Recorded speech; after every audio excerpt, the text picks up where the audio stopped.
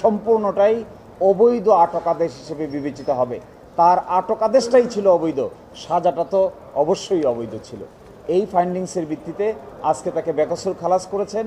এই মামলার মধ্য দিয়ে জনাব লুৎফুজ্জামান বাবরের আর কোনো সাজা বাংলাদেশের কোনো আদালতে থাকলো না। তিনি নির্বাচন থেকে শুরু করে সকল কিছুর জন্য আইনগতভাবে উপযুক্ত হলেন এবং আমরা আশা করব তিনি বাংলাদেশের মানুষের আকাঙ্ক্ষাকে সামনে রেখে পরবর্তী রাজনৈতিক কর্মকাণ্ড পরিচালনা করবেন। সকলকেই আমাদের হাইকোর্ট বিভাগ খালাস দিয়েছিল। এই মামলার পূর্ণাঙ্গ রায় বের হয়েছে। পূর্ণাঙ্গ রায় বের হওয়ার পরে রাষ্ট্রপক্ষ থেকে একটি লিভ টু আপিল দায়ের করা হয়েছে। এটি আজকে সুপ্রিম কোর্টের ফুল বেঞ্চে 24 নম্বর আইটেম আকারে শুনানির জন্য কার্যতালিকায় আছে। এখনও শুনানি অনুষ্ঠিত হয়নি।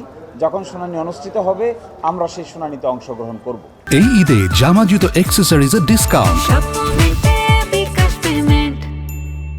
আমরা আশা করি হাইকোর্ট বিভাগ যে রায় দিয়েছে 21শে আগস্টের মামলায়, সুপ্রিম কোর্টও সেই রায়কে যথাযথভাবে আপহেল করবেন এবং বহাল রাখবেন। আমি দেখছি এই যে হাইকোর্টের রায়ের বিরুদ্ধে রাষ্ট্রপক্ষ আপিল করেছে, এটাই আইনগতভাবে তাদের করা উচিত।